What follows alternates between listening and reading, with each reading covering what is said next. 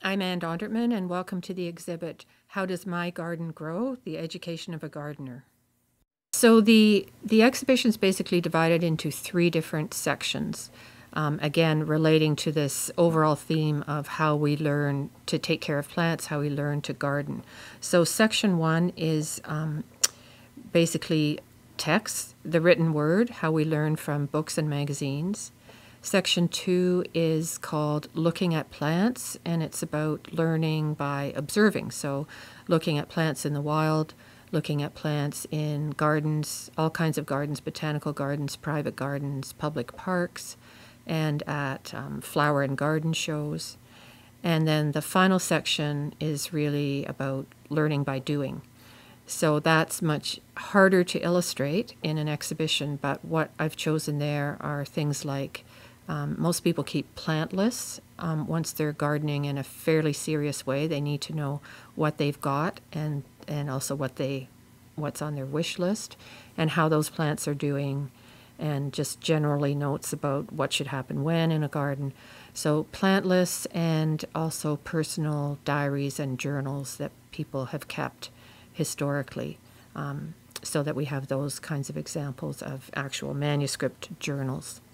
So those are the three sections. So upstairs in the main exhibition area, the first four cases are on the printed word, beginning with the very earliest texts on horticulture and, well, specifically on plants, the use of plants in medicine especially.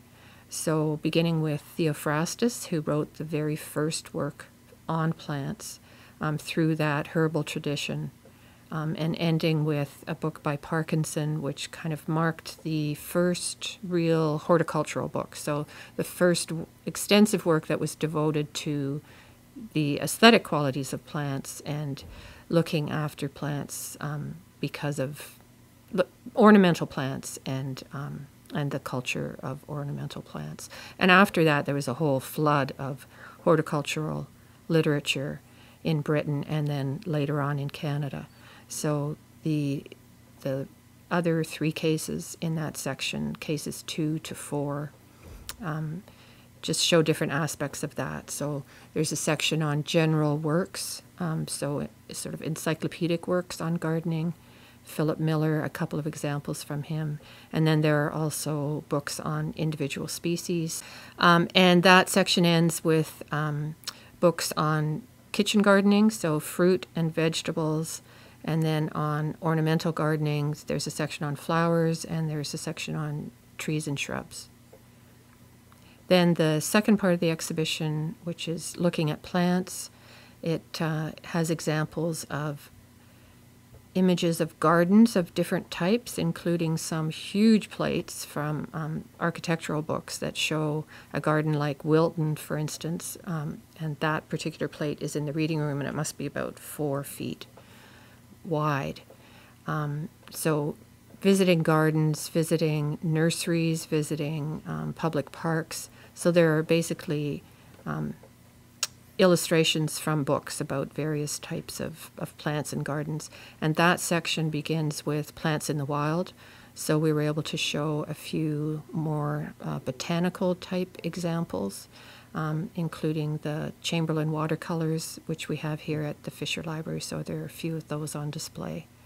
The very first book on Canadian plants, Cornu's Plantarum canadensis.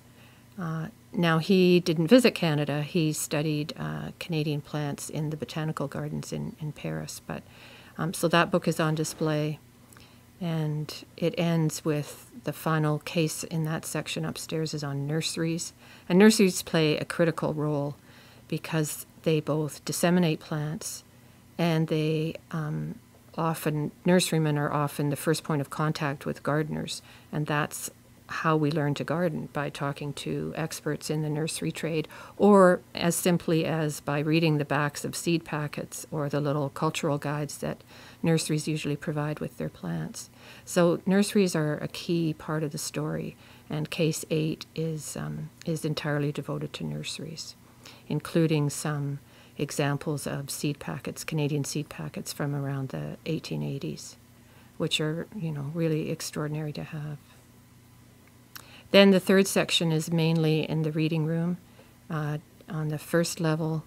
And as I said, it includes the plant lists, including an item like the Tradescant garden list, 1656, and some other printed lists, including Florilegia, which, it's really the same, has the same purpose, but a much more lavish interpretation of a plant list.